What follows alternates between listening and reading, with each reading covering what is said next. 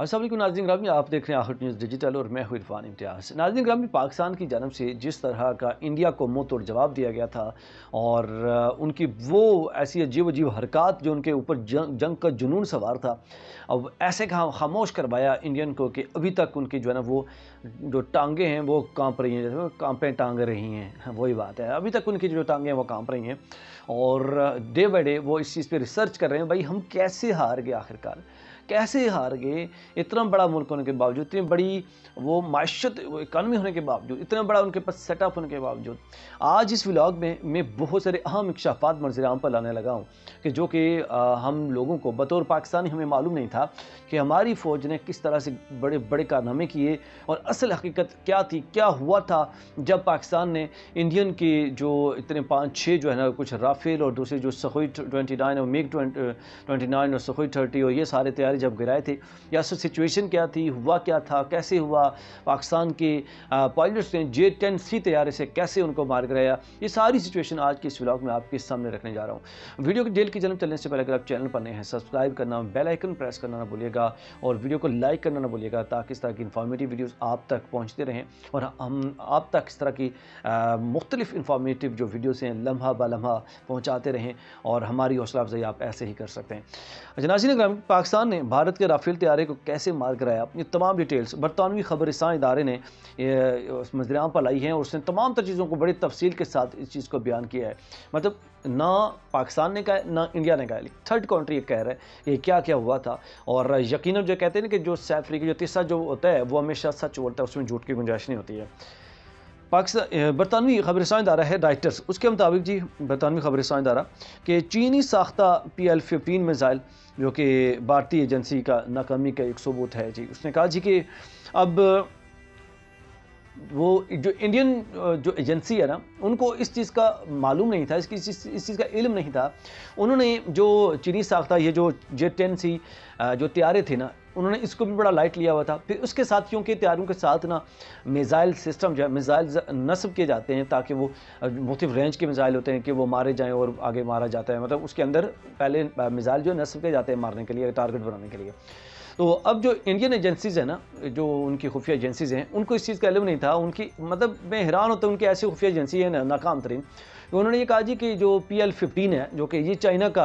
है missile system और ये इसके साथ तनासब था J-10C के साथ। उन्होंने कहा जी J-10C के साथ जो PL-15 लगा हुआ है इसकी इतनी रेंज कोई नहीं है और ये इंडिया को, इंडियन तैयारों को दूर से टारगेट नहीं कर पाएगा। वो ये उनके अंदर एक गलत फहमी थी, उनको पता नहीं था इस चीज़ का कि मतलब इसकी रेंज कितनी है PL-15। उन्होंने इसको बहुत लाइट लिया हुआ था कि ये चीन के जो बने हुए चाइना के, इसकी रेंज इतनी ज़्यादा नहीं है तो ये हमें नहीं मार पाएंगे। तो वो ऐसे बड़े वो अपने जो जोश में, गुरूर में, तकब्बर में, आपको पता है इंडिया कैसे गुरूर करते हैं, वैसे ही वो चल रहे थे। तो उन्होंने कहा जी हम पाकिस्तान को हरा देंगे।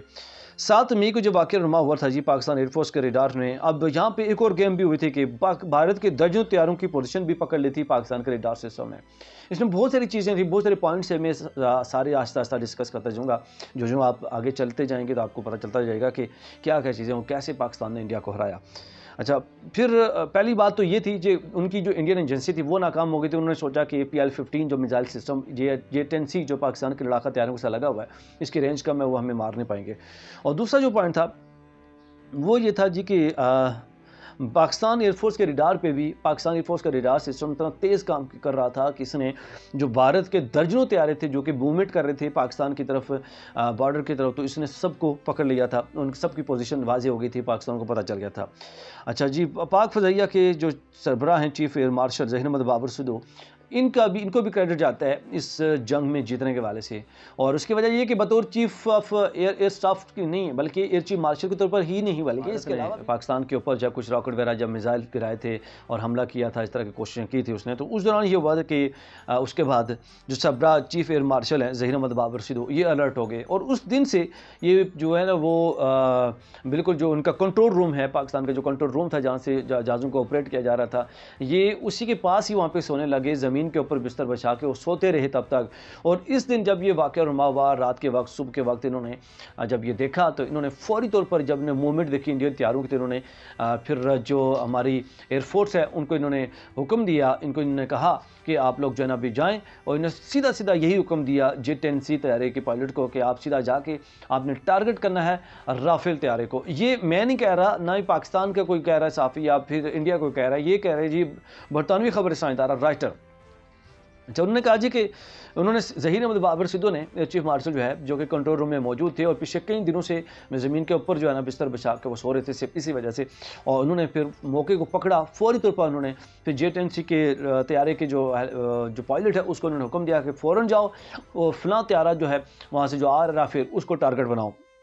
ऐसा ही हुआ और फिर वो J-10C रवाना हुआ और उसने बात राफेल को टारगेट किया और उसका फिर अच्छा भला जिस तरह का नुकसान हुआ आपने वो देखा कि किस हद तक जो है वो नुकसान हुआ। उन्होंने कहा जी हमें राफेल ही चाहिए, और मतलब इस तरह सख्त ऑर्डर किए गए इनकी जानब से पायलट को। तो पायलट्स ने भी सही फिर मजबूती का मुजाहरा किया और भरपूर हिम्मत दिखाई और किस तरह से उनको नुकसान पहुँचाया और फिर उन्होंने राफेल को मार गिराया।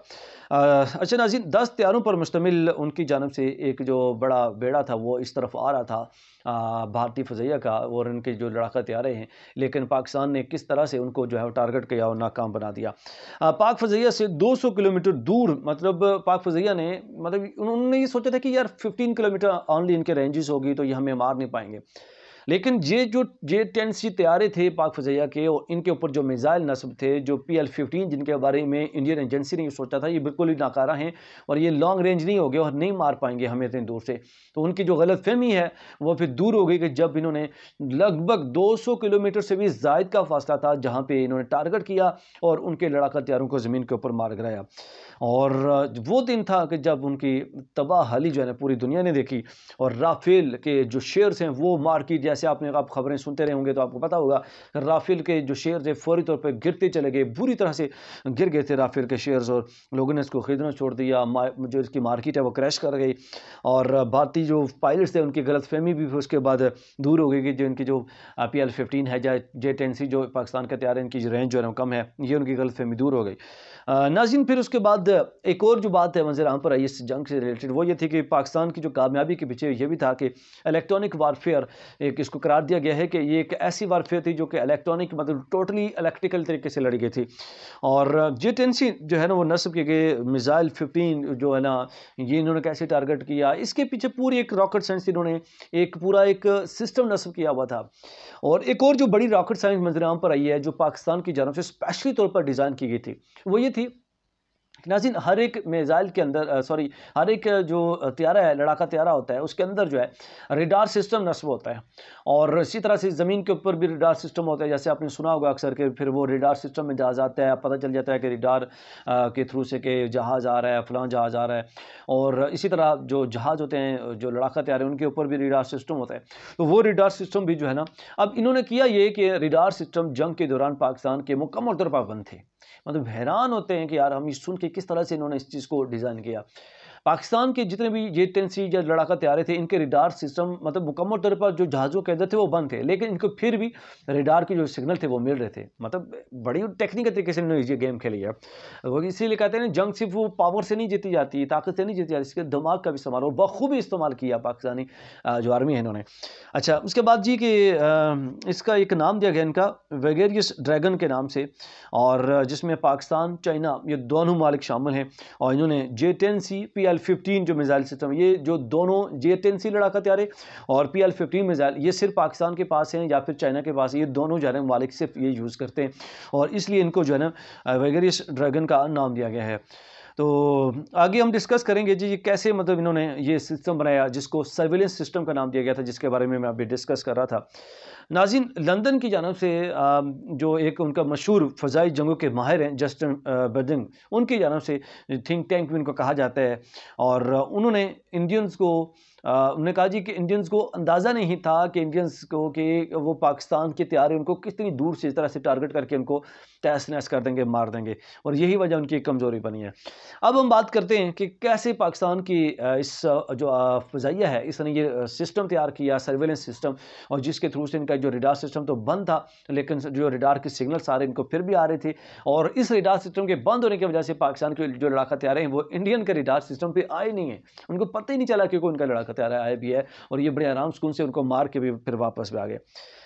अच्छा नाज़रीन, पाकिस्तान ने बेसिकली क्या किया हुआ है कि ज़मीन के ऊपर भी, फ़ज़ा के अंदर भी जो सर्विलेंस सिस्टम, एक नेटवर्क बनाया गया हुआ है, और इसके साथ हथियारों के साथ भी इसको जोड़ा गया है, और बड़ी महारत के साथ उन्होंने इसको जोड़कर एक नेटवर्क बनाया है, और ऐसा नेटवर्क तख्लीक किया है कि जिसको कोई भी थर्ड कंट्री जो है ना वो पकड़ नहीं सकता, और इसको जो है ना मल्टी डोमेन ऑपरेशन का भी नाम दिया गया है। भारतीय सरहद के इसी वजह से ये भारतीय सरहद के इंतहा करीब गए, और वहाँ से जाके उन्होंने, और वहाँ पे जाने के काबिल भी हुए इसी सर्विलेंस सिस्टम की वजह से, क्योंकि अगर रडार सिस्टम के ऊपर ऑन होता तो ये फौरी तौर पर बड़े दूर से पकड़े जा सकते थे इंडिया के रडार के ऊपर। तो सर्विलेंस सिस्टम होने की वजह से ये पाकिस्तान की जो तैयारे हैं ये पकड़े नहीं गए, और उन्होंने बासानी इन्होंने उसको टारगेट किया और वापस भी आ गए। अच्छा नाज़रीन ग्रामी, J10C रडार की मदद इसको बाखूबी हासिल थी, क्योंकि उनका रडार तो बंद था, लेकिन रडार के सिग्नल वो फिर भी सर्विलेंस सिस्टम के थ्रू से सारे कैच कर रहे थे, उनको सब पता चला था कि क्या हो रहा है। और अच्छा, एक और जो अहम बात इसके दौरान मंजर-ए-आम पर आई है अभी, वो ये आई है कि ये इस जंग के अंदर जो है ना, भारत की जानब से ये नहीं है कि सिर्फ 5-6 या 8, 7, 8 या 10 तैयारे जो है ना वो उड़ाए गए थे। भारत की जानब से, मतलब इससे ये अंदाज़ा लगाया जा सकता है कि पूरी तैयारी थी कि पाकिस्तान को नक्शे से ख़त्म किया जाए। मतलब आप अंदाज़ा लगा लें, नरेंद्र मोदी का जो दिमाग है, उसकी सोच है यार, मतलब पागल हुआ पड़ा है पाकिस्तान को ख़त्म करें यार, मतलब क्या हो गया इस बंदे को।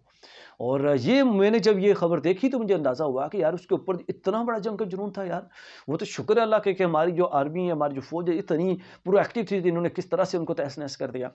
हुआ ये कि इन्होंने पाकिस्तान पर हमले के लिए 70 लड़ाका तैयारे बेसिकली जो है ना वो उड़ाए थे स्टार्ट में अपने जो वहाँ पे उनका जो स्टेशन है वहाँ से। 70 लड़ाका तैयारे यार, आप जो इमेजिन कि मतलब 70 लड़ाका तैयारे जब किसी मुल्क से उड़ाए जाएँ तो कितना नुकसान हो सकता है किसी दूसरे मुल्क का, और फिर उसकी जो नीयत है वो क्या हो सकती है उस मुल्क की कि जो 70 लड़ाका तैयारे उड़ाए अपने उससे, और जो एयरबेस है वहाँ से, तो डेफिनेटली उसका एक ही इरादा होता है कि वो जंग के इरादे से उड़ा रहा है। 70 लड़ाका तैयारे आम बात नहीं है।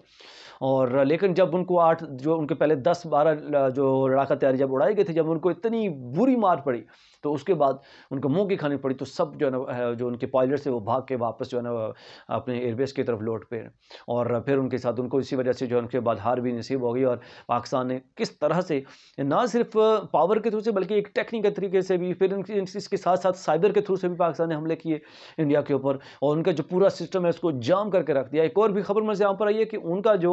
फ़ज़ाई और ज़मीनी जो सिस्टम था जिसके थ्रू से वो जैसे जो सिग्नल्स जो है ना रडार कैच करता है ये चीज़ें, तो इन्होंने उनके सारे सिस्टम को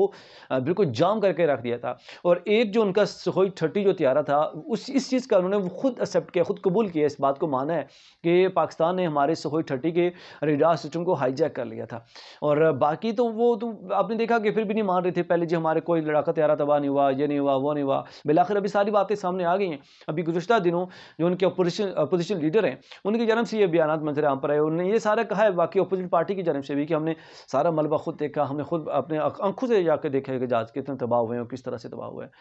नाज़रीन, उम्मीद करता हूँ बहुत इन्फॉर्मेटिव रहा आपके लिए ये व्लॉग, और इसके साथ ही अपने मेज़बान इरफान को दीजिए इजाज़त। अल्लाह ने के बाद।